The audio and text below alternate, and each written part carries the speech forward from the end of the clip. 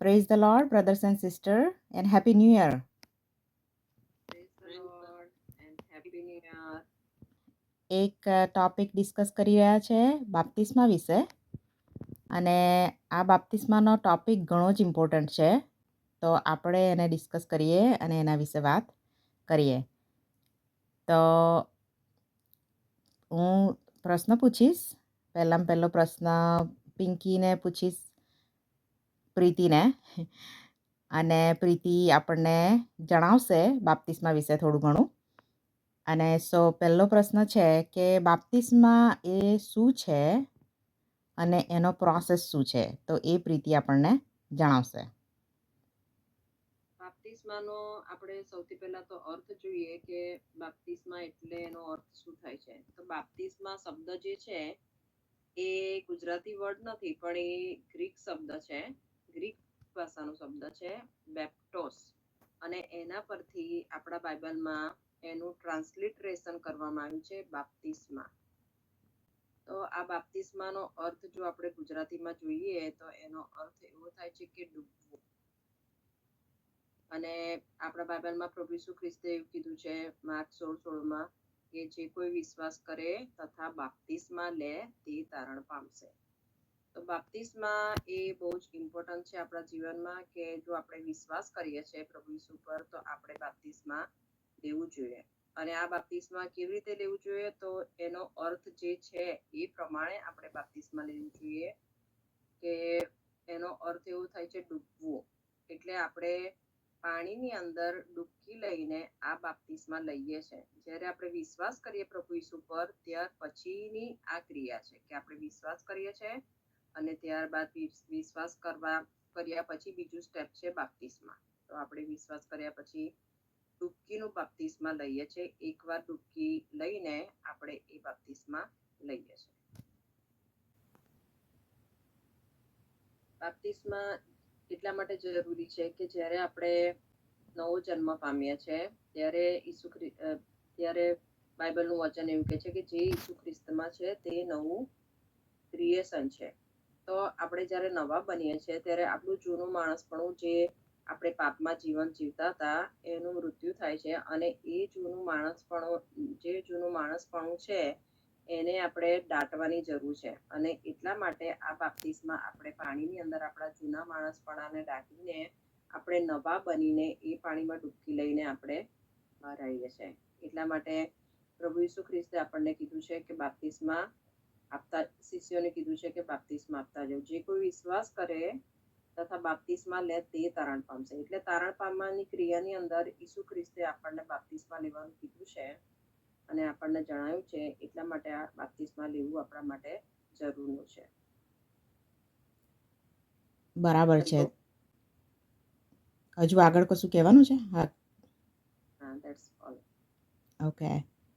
તો બાપ્તિસ્મા આપણા સર્વ માટે ઘણું જરૂરનું છે, અને ઈસુ ખ્રિસ્તે આપણને આજ્ઞા આપી છે બાપ્તિસ્મા લેવું.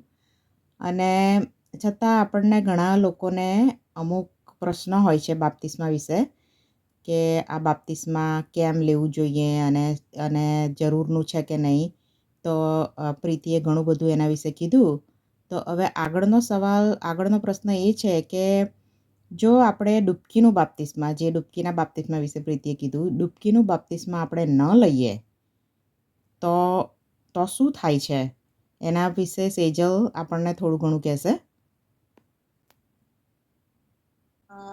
બાપ્તિસ્મા લેવું એ ઈસુ ખ્રિસ્તની આજ્ઞા છે. શિષ્યોને આજ્ઞા આપી કે જાઓ, જઈને સર્વ દેશનાઓને શિષ્ય કરો અને બાપ્તિસ્મા આપો, પિતા, પુત્ર અને પવિત્ર આત્માના નામે. અને બાપ્તિસ્મા લેવું બહુ જરૂરી છે, કારણ કે આ આપણો વિશ્વાસ દર્શાવે છે. આ જ્યારે આપણે પ્રક્રિયા કરીએ છીએ ત્યારે આપણો વિશ્વાસ દર્શાવીએ છીએ કે આપણે ઈસુ ખ્રિસ્ત પર વિશ્વાસ કરીએ છીએ અને નવો જન્મ લઈએ છીએ. કારણ કે બાપ્તિસ્મા એક જાતનું શુદ્ધિકરણ પણ દર્શાવે છે કે ભાઈ આપણને આપણા પાપથી શુદ્ધ કરે છે અને આપણને નવો જન્મ આપે છે. કે જે આપણા પાપ હતા તે ઈસુ ખ્રિસ્તે ધ્વજસ્તંભ પર લઈને મરણ પામ્યો અને આપણા પાપનું નિવારણ કર્યું. એટલે હવેથી જે આપણે જીવન જીવવાનું છે, જે ઈશ્વરમય દેવ સાથેનું જીવન ઈસુની પાછળ ચાલીને તે આત્મિક જીવન જીવવાનું છે, શુદ્ધિકરણ વાળું જીવન જીવવાનું છે. તો આપણા પાપના બદલે એ મરણ પામ્યો અને માટે આપણે લેવું જ જોઈએ. અને એની આજ્ઞા પણ છે. એટલે આપણે ઘણી આજ્ઞાઓ આપણે નહીં સમજતા કે શું કહેવા માંગે છે ઈશ્વર, તો પણ આપણે પાડીએ છીએ. કારણ કે આપણે નહીં સમજતા, આત્મિક બાબતો ઘણી નથી સમજતા, પણ તો પણ આપણે પાડવી જોઈએ. કારણ કે ઈસુ ખ્રિસ્ત કહે છે કે જે મારી આજ્ઞાઓ પાડે છે તે મને પ્રેમ કરે છે. અને આજ્ઞા જ્યારે આપણે ઉથાપીએ છીએ કે આપણે નથી પાડતા, ઈસુ બાપ કહે છે કે જે માણસો આગળ મારો નકાર કરશે એનો નકાર હું દૂતો સામે કરીશ, દેવના દૂતો સામે કરીશ. તો જો આપણે ઈશ્વરનો નકાર ના કરવો જોઈએ. એ જે પણ કહે છે આપણે સમજીએ કે ના સમજીએ પણ આપણે પાડવું જોઈએ. તો એક બાબત આપણે મેં પ્રશ્નમાં લખી નથી, પણ એક બાબત આપણે આગળ પણ આ મેસેજ કરતાં પહેલાં વાત કરી હતી કે ઘણા લોકો પેલા ચોર વિશેની વાત કરે છે કે ઈસુ ખ્રિસ્તની જોડે જે ચોરને વધસ્તંભે ચડવામાં આવ્યો હતો, એ ચોર તો તરત જ સ્વર્ગમાં જાય છે. જે ઈસુ ખ્રિસ્ત સાથે વધસ્તંભે જડાય છે અને એ મરે છે એ ચોર, અને ઈસુ ખ્રિસ્ત એને કહે છે કે તું આજે પારાદેશમાં હઈશ. તો એણે ઘણા લોકો એ બાબત મેન્શન કરે છે કે એણે તો બાપ્તિસ્મા લીધું નહોતું. તો એના વિશે શું કહે છે સેજો?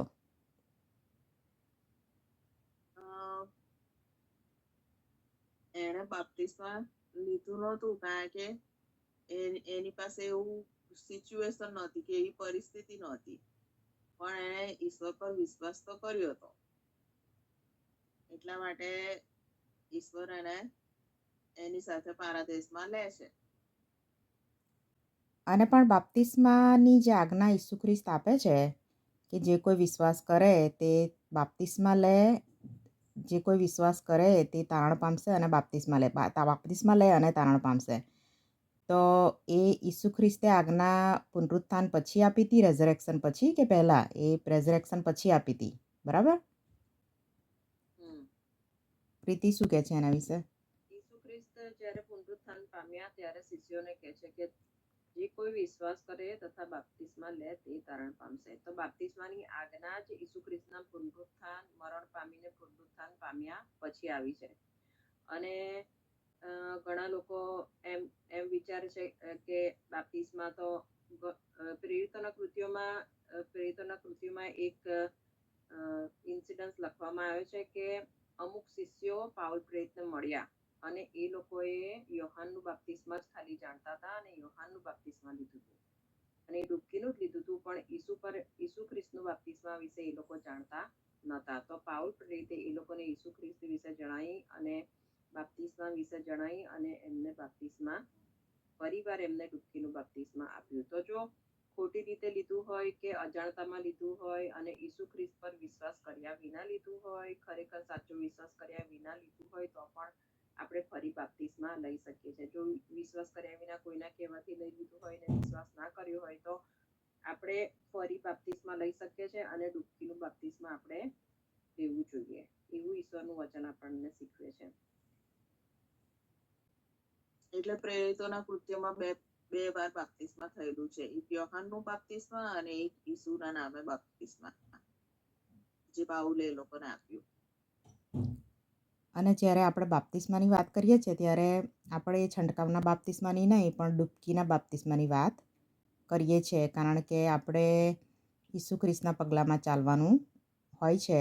અને ઈસુ ખ્રિસ્તે જેમ પાણીમાં, નદીમાં યોહાન બાપ્તિસ્મા દ્વારા બાપ્તિસ્મા લીધું, ડૂબકીનું બાપ્તિસ્મા, એટલે આપણે ડૂબકીના બાપ્તિસ્માની વાત કરીએ છીએ. તો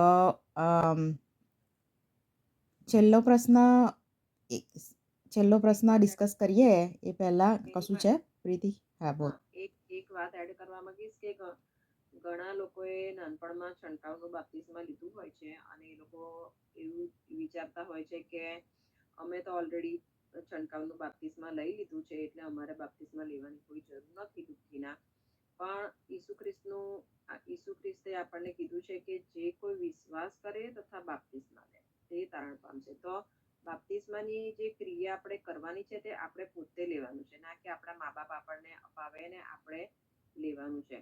તો બાપ્તિસ્માની ક્રિયા માટે સર્વપ્રથમ વિશ્વાસ કરવાનો હોય છે અને પછી બાપ્તિસ્મા લેવાનું હોય છે. તો જ્યારે નાનું બાળક હોય છે 1 વર્ષનું 2 વર્ષનું, એને જ્યારે મા બાપ છંટકાવનું બાપ્તિસ્મા આપે છે ત્યારે એ બાળકને વિશ્વાસ વિશે કે પાપ વિશે કશી જ સભાનતા હોતી નથી. એટલે ખરેખર જોવા જઈએ તો મોટા થઈને જ્યારે આપણને સમજણ આવે અને આપણે જ્યારે ઈસુ ખ્રિસ્તનો સ્વીકાર કરીએ, આપણને જ્યારે સભાનતા આવે કે હું પાપી છું અને આપણે ઈશ્વરનો સ્વીકાર કરીને પછી જ્યારે બાપ્તિસ્મા લઈએ છીએ ત્યારે એ બાપ્તિસ્મા આપણી માટે યોગ્ય છે. પણ જ્યારે બાળક નાનું હોય ત્યારે એને છાંટા નાખીને જે બાપ્તિસ્મા કરવામાં આવે છે તેમાં ના કોઈ વિશ્વાસ હોય છે, ના બાળકની કોઈ સભાનતા હોય છે, ના એને એવું હોય છે કે હું પાપી છું અને ઈસુ ખ્રિસ્ત વિશે કશું જ જાણતું નથી હોતું. એટલે જે બાપ્તિસ્મા છંટકાવનું બાપ્તિસ્મા છે એને બાઇબલ યોગ્ય ગણતું નથી. પણ જો બાઇબલ પ્રમાણે આપણે જોવા જઈએ તો આપણે પોતે પાપની કબૂલાત કરી, વિશ્વાસ કરી અને પછી બાપ્તિસ્મા લેવાની જરૂર છે અને એ જ ખરેખર યોગ્ય બાપ્તિસ્મા છે. અને યોહાન પણ એવું કહીને કહેતો હતો કે પસ્તાવો કરો કેમ કે આકાશનું રાજ્ય પાસે આવ્યું છે. અને બધા લોકો એની પાસે જતા હતા અને બાપ્તિસ્મા લેતા હતા. તો પાપોનો પસ્તાવો કરી અને સભાનતાથી જે લોકો મોટા હતા, જે લોકોને સમજણ હતી, એ લોકો જઈને બાપ્તિસ્મા લેતા હતા. બાઇબલની અંદર કોઈ પણ જગ્યાએ કોઈ નાના બાળકનું બાપ્તિસ્મા બતાવ્યું નથી. બરાબર છે. અને બાપ્તિસ્મા લેવું તો પ્રશ્નમાં એ પણ હોય છે કે પિતા, પુત્ર, પવિત્ર આત્માના નામે લેવું જોઈએ કે પછી એક જ ડૂબકી મારવી જોઈએ કે 3 ડૂબકી મારવી જોઈએ, એવા પણ ઘણા લોકોને પ્રશ્ન થાય છે. તો ઈસુ ખ્રિસ્તના નામે એક ડૂબકી મારવી એ જરૂરનું છે, કારણ કે એ સિમ્બોલિકલી આપણું જે જૂનું શરીર હતું, પાપમય શરીર, એને સિમ્બોલિકલી આપણે દફનાવીએ છીએ અને રેઝરેક્ટ થઈએ છીએ અને નવું જીવન પામીએ છીએ. અને એ નવા જીવનની નવીનતામાં આપણે આપણું નવું જીવનની શરૂઆત કરીએ છીએ, જેમાં આપણે ઈસુ ખ્રિસ્તની પાછળ ચાલીએ છીએ. તો એક પ્રશ્ન એ પણ હતો કે બાપ્તિસ્મા કોણ આપી શકે છે? તો બાપ્તિસ્મા દરેક બિલીવર જે ઈસુ ખ્રિસ્તમાં વિશ્વાસ કરે છે અને જે પોતે તારણ પામ્યો છે અને જેણે પોતે ડૂબકીનું બાપ્તિસ્મા લીધું છે, તે બધા લોકો ઈસુ ખ્રિસ્તના નામે બાપ્તિસ્મા આપી શકે છે. તો એ પ્રશ્ન ઘણા લોકોને થાય છે. અને હવે આપણે એક લાસ્ટ પ્રશ્ન ડિસ્કસ કરીશું કે અમારા ત્રણેય માટે અમે વારાફરતી અમારા માટે જણાવીશું કે અમારા જીવનમાં, દરેક વ્યક્તિના જીવનમાં ડૂબકીનું બાપ્તિસ્મા શું મહત્ત્વ દર્શાવે છે અને એના વિશે કોઈ નાની સ્ટોરી કે ઇવેન્ટ કે એક્સપિરિયન્સ કે શું મહત્ત્વ દર્શાવે છે એના વિશે આપણે વાત કરીશું. તો પ્રીતિ કાં તો સેજલ બેમાંથી એક પહેલાં શરૂઆત કરશે. તો બાપ્તિસ્મા મારા માટે એટલા માટે ઇમ્પોર્ટન્ટ છે કારણ કે ઈસુ ખ્રિસ્તે કીધું છે કે જે કોઈ વિશ્વાસ કરે તથા બાપ્તિસ્મા લે તે તારણ પામશે. તો તારણ પામવા માટે આ ઈશ્વરની આજ્ઞા છે અને ઈશ્વરની આજ્ઞા આપણને જે કહે છે એ કરવું એ મારી ફરજ છે અને હું માનું છું કે મારે કરવું જ જોઈએ. એટલા માટે બાપ્તિસ્મા મારી માટે બહુ જ જરૂરી છે. જ્યારે મેં વિશ્વાસ કર્યો અને મેં બાપ્તિસ્મા નહોતું લીધું, ત્યારે પછી થોડા સમય પછી મને થયું કે મારે બાપ્તિસ્મા લેવું જ જોઈએ. અને હું એ વખતે મારા પહેલા દીકરાથી પ્રેગ્નન્ટ હતી અને મને 7 મહિના થઈ ગયા હતા, છતાં પણ મને એટલું બધું એવું થયું કે મારે બાપ્તિસ્મા લેવું જોઈએ. તો મેં 7 મહિનાની પ્રેગ્નન્સી સાથે ડૂબકીનું બાપ્તિસ્મા લીધું હતું. અને હું ચોક્કસપણે માનું છું કે ડૂબકીનું બાપ્તિસ્મા મારે લેવાની હું જે લઉં છું એ ઈશ્વરની યોજના છે મારી માટે, કે જે એની યોજનાને પૂરું કરે છે. કારણ કે બાઇબલનું વચન એવું કહે છે કે પરોસ્યો બાપ્તિસ્મા પામ્યા નહોતા, માટે તેઓએ દેવની જે યોજના હતી તેને નિરર્થક કરી. એટલે જો હું ડૂબકીનું બાપ્તિસ્મા ના લઉં તો ઈશ્વરની જે યોજના મારી માટે છે તેને હું નિરર્થક કરું છું. એટલે ડૂબકીનું બાપ્તિસ્મા લેવું એ મારા માટે બહુ જ ઇમ્પોર્ટન્ટ બાબત છે. Beautifully said. સેજલ?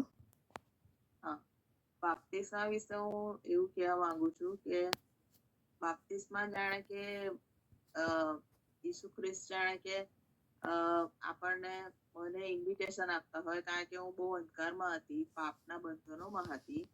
પણ જાણે બાપ્તિસ્મા એક જાણે કે દરવાજા જેવું છે કે હું એને લઈને બાપ્તિસ્મા કરીને હું પાછલા જીવનને, મારા અંધકારમય જીવનને છોડીને જે એને મને તેડું આપ્યું છે અજવાળામાં આવવાનું, એનામાં રહેવાનું, એના વચનો મારામાં રહે અને હું તેનામાં રહું, એ એવું મને લાગે છે. અને વચન પણ કહે છે કે દેવે આપણને એના પ્રિય પુત્રના રાજ્યમાં આણ્યા. તો એના પ્રિય પુત્રના રાજ્યમાં આપણને ઈસુ ખ્રિસ્તના લોહીથી કવરિંગ છે, આપણા પાપ માફ થાય છે, આપણું શુદ્ધિકરણ થાય છે અને આપણા પાપોને કદી પણ યાદ કરવામાં નથી આવતા કે આપણને કોઈ પણ વાતે બ્લેમ કરવામાં નથી આવતા અને આપણે પવિત્ર જીવનમાં ચાલી શકીએ છીએ એની પાછળ, એની આજ્ઞાઓમાં. તો એ મને બહુ જ સરસ લાગે છે. અને જ્યારથી મેં પણ ડૂબકીનું બાપ્તિસ્મા લીધું,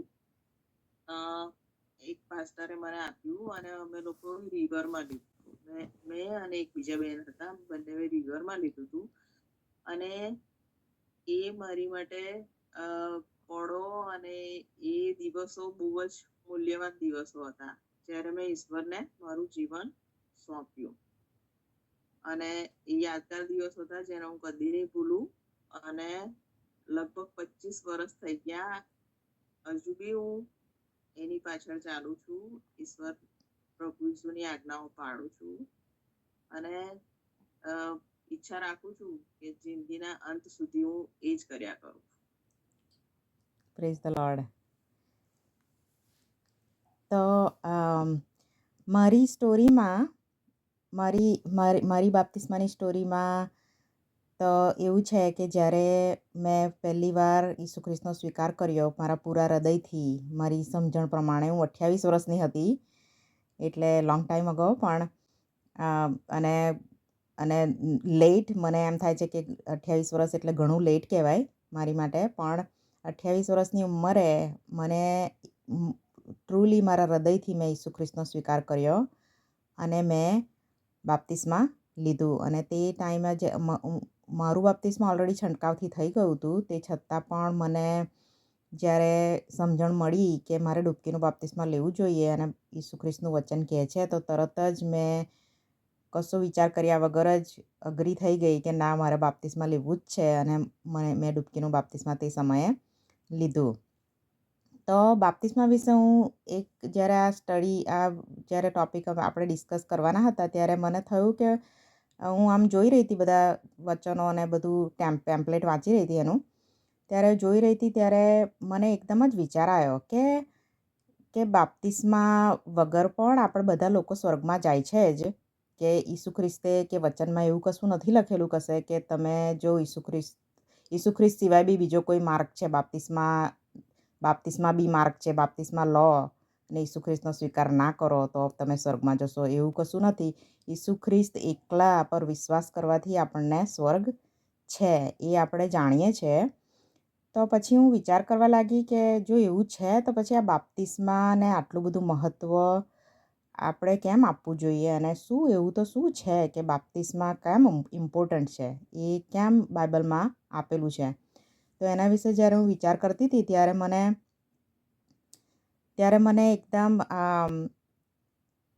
મને જૂના કરારની બાબતો યાદ આવી કે દેવબાપ હંમેશા જ્યારે પણ કશું કરતા હતા ત્યારે દેવબાપ હંમેશા ટાઇપોલોજી યુઝ કરતા હતા. ટાઇપોલોજી એટલે કે સરખી ઇવેન્ટ અને સરખી બાબતો જે ભવિષ્યમાં થવાની હોય ને, એ બીજા ઇવેન્ટની અંદર દેવબાપ પ્રગટ કરવા માંગતા હોય છે.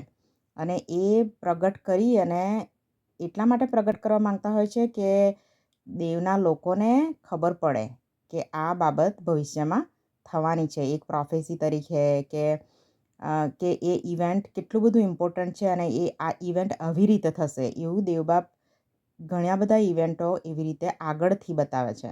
જેમ કે આપણે જૂના કરારમાં જોઈએ તો મૂસાને કહેવામાં આવે છે કે પથ્થરને લાકડી માર અને પાણી નીકળશે, અને જ્યારે બીજી વાર એને કહેવામાં આવે છે ત્યારે એને કહે છે કે તું ખાલી પથ્થરને કહે, ખાલી શબ્દ કહે, લાકડી મારવાનું નથી હોતું, તે છતાંય મૂસા લાકડી મારે છે.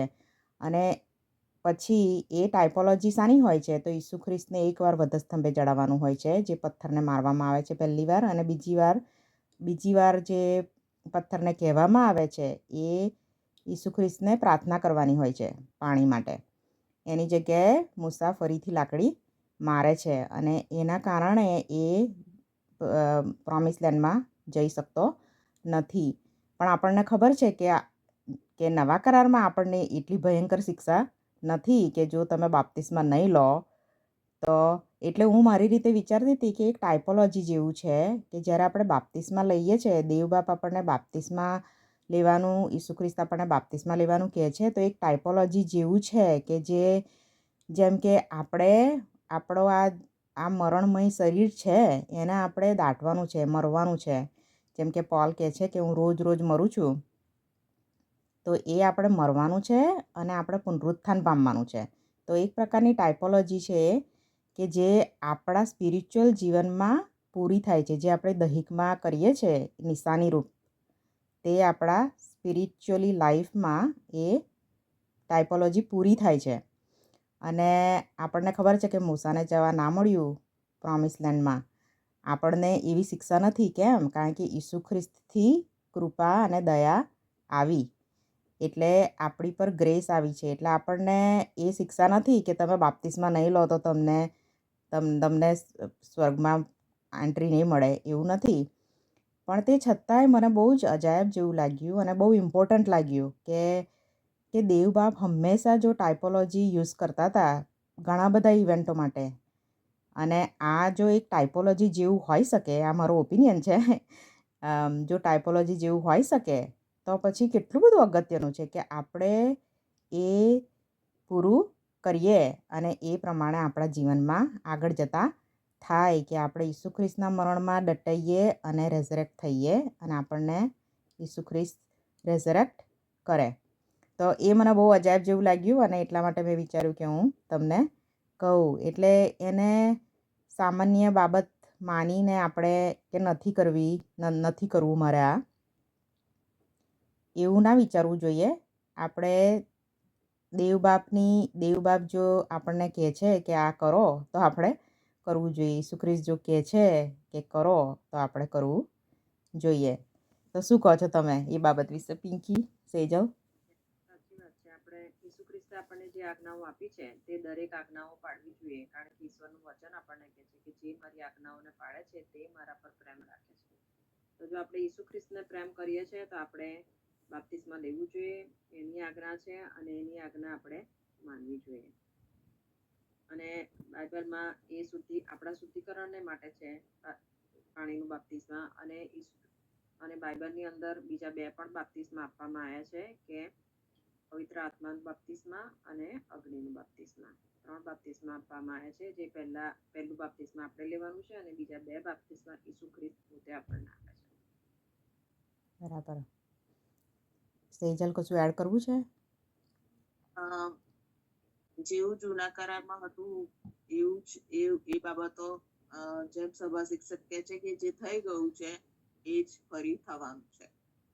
એટલે એવું કહે છે કે ઇઝરાયલ પ્રજા ગુલામીની અંદર હતી અને પછી એ લોકો જ્યારે બહાર નીકળ્યા, એટલે મીન્સ કે પાપોની અંદર, જેમ આપણને દર્શાવીએ છીએ કે આપણે પાપોની અંદર બંધનોમાં હતા, ગુલામીમાં હતા. અને જ્યારે એ લોકો બહાર નીકળે છે ત્યારે સમુદ્રના 2 ભાગ કરીને એ લોકો ચાલીને નીકળે છે અને કહે છે કે ઉપર પણ વાદળ હતું અને આજુબાજુ પણ પાણી હતું. એમ કરીને એ લોકોએ મૂસાનું બાપ્તિસ્મા લીધું. એવી જ રીતે આપણે નવા કરારમાં ઈસુનું બાપ્તિસ્મા લઈએ છે. એટલે જે થઈ ગયું છે એ જ થવાનું છે, એટલે એ જ થઈ રહ્યું છે. એટલે આપણે જાણે કે જૂના કરારના લોકોનું કોપી કરી રહ્યા છે અને ઈશ્વરની ઈચ્છા પણ એ જ છે, પણ જૂના કરારના લોકો દૈહિક દર્શાવે છે અને આપણે આત્મિક દર્શાવે છે. માટે હું કહેવા માંગુ છું કે ઈશ્વરે જે કઈ આજ્ઞા આપણને બાપ્તિસ્માની આપી છે એ આપણે પાડવી જોઈએ. આપણે અમુક આજ્ઞાઓ સમજીએ કે ના સમજીએ, પણ દેવ ભલો છે ને આપણી ભલાઈ જ ઈચ્છે છે, અને આપણે દેવની જે બી આજ્ઞા છે એ બાળકની જેમ સ્વીકારી લઈએ અને એ પ્રમાણે કરીએ. બરાબર. તો બહુ સરસ વાત થઈ બાપ્તિસ્મા વિશે. તો હજુ ઘણા પ્રશ્ન લોકોને થઈ શકે છે. તો જો કોઈ પણ પ્રશ્ન હોય તો તમે ચોક્કસથી અમને કોમેન્ટમાં જણાવજો અને અમે એનો જવાબ તમને કહીશું. તો થેન્ક યુ સો મચ. તમે આટલો ટાઈમ અમારી સાથે સ્પેન્ડ કર્યો. Thank you. God bless you and have a happy New Year 2026. Amen.